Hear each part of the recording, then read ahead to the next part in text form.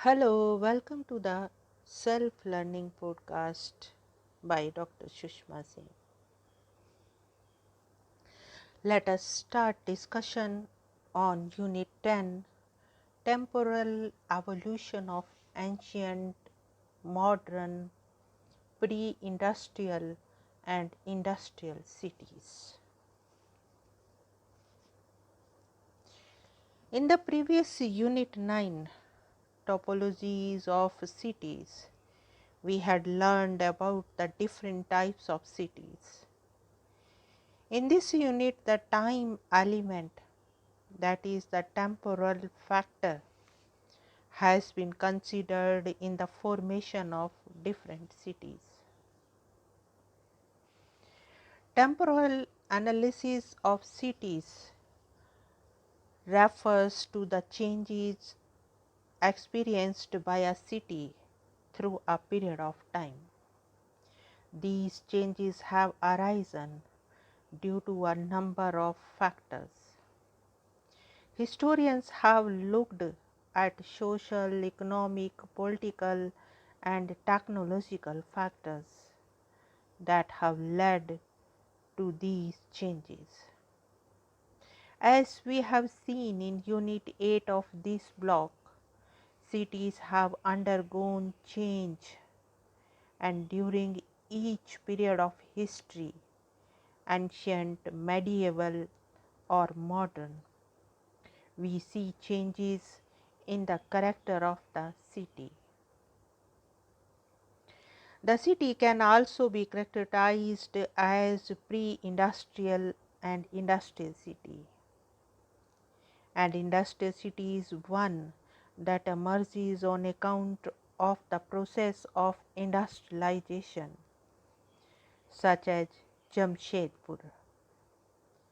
A city pre-industrial is a city which has emerged not on account of the process of industrialization, such as Banaras. It has been assumed by the scholars that the pre-industrial city predates the industrial city, but this is not always true. The pre-industrial and the industrial cities are not related to the time aspect only, as they may exist simultaneously at the same time. Different kinds of cities that have existed at different points of time and performed the function that were required by the regional or national economy and society. We will now examine changes that have taken place in cities and categorize these different kinds of cities and look at their characteristics.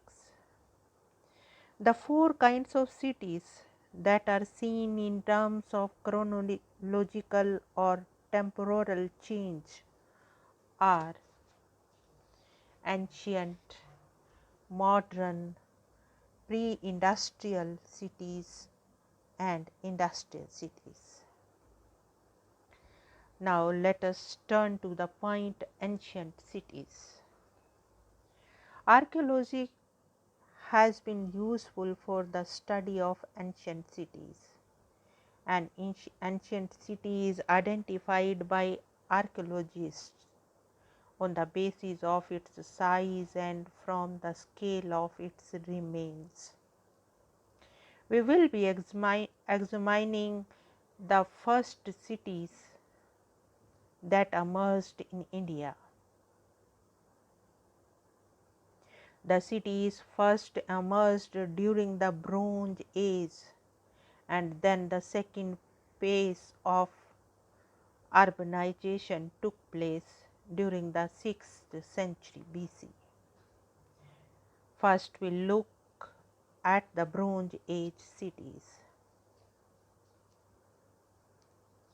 The earlier cities in India can be traced back to the Bronze Age. Indus civilization, that witnessed the emergence of well-organized cities, planned and inhabited by specialists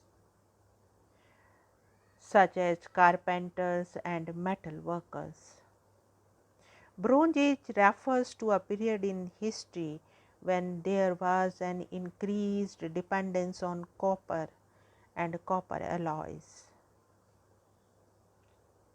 When copper is mixed with other metals such as arsenic, tin or lead to manufacture bronze. V. Gordon puts forward 10 criteria based on archaeological data to distinguish the earliest cities from older cities the village is found today. These are the 10 features that he postulated.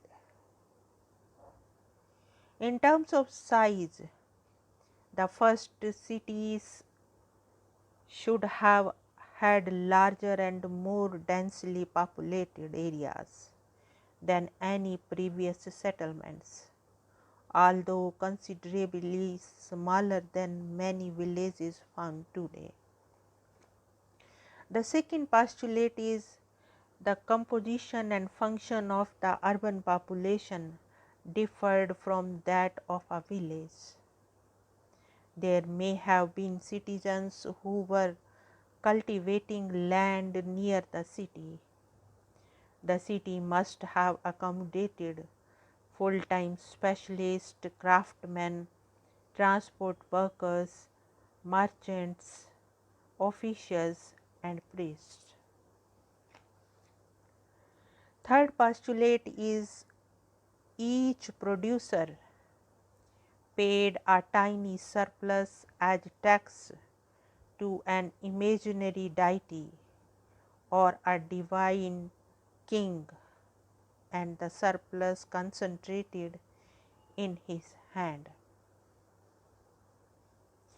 The fourth postulate is monumental public buildings not only distinguish each known city from any village but also symbolizes the concentration of the social surplus. The city of Harappa in the Indus Valley was dominated by a citadel, rampart, and baked bricks. Citadel is a term used for that part of the city that houses the important buildings and is higher than the other parts of the city. It is often walled by brick or stone, as seen in the evacuations of the Harappan cities. A rampart is an embankment built around a space for defensive purposes. Baked bricks are those bricks that have been manufactured in a brick kiln. The fifth postulate is all those people who were not engaged in food production were supported by the surplus accumulated in temples or royal granaries. The priests, civil and military leaders and officials absorbed a major share of the concentrated surplus and thus formed a ruling class. They were exempted from all manual tasks, while the lower classes were not only guaranteed peace and security but were relieved from the intellectual tasks. The ruling class did confer substantial benefits upon their subjects in the way of planning and organizing. The sixth postulate is the ruling classes were compelled to invent systems of recording, writing is a significant mark of civilization. The engraved seals from the Indus Valley civilization provide evidence of writing. The seventh postulate is the invention of writing or scripts enabled the clerks, who were now relatively free, to engage in the sciences, arithmetic, geometry, and astronomy. Calendrical and mathematical sciences are common features of the earliest civilization.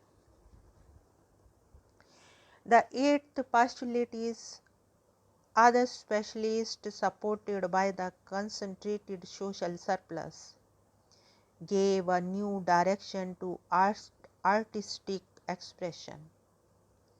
The Bronze Age cities had artisan craftsmen, full-time sculptors, painters, or seal engravers, who began to carve or draw likenesses of persons or things according to conceptualized and sophisticated styles, which differ in each of the four Bronze Age civilizations.